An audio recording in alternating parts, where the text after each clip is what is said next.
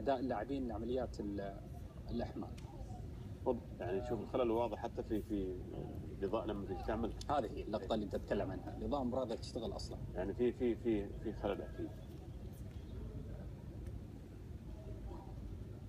لان حتى نوعيه الاضاءه حامد هاي تحتاج الى وقت، يعني لما يصير في عطل تحتاج اي على اساس انها تبدا تعمل، لكن ما تعمل مره واحده يعني تعود، لكن الظاهر انه بدات تعود لكن شوي على اساس انها تكتمل الاضاءه بشكل كامل.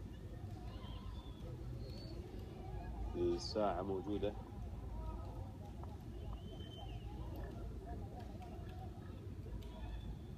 طيب بس يا ريت تحطون بس معلومه على اساس اني ما قاعد اعلق واعيد كلامي مره ثانيه، بان هذه اللقطات مباشره مشاهدينا الكرام من ملعب الفجيره، الشوط بين شوطي المباراه.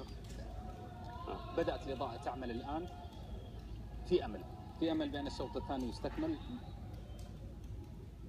مثل ما قال كابتن راشد عامر، شوي بيشتغلون، بس ننتظر شوي. طيب في هذه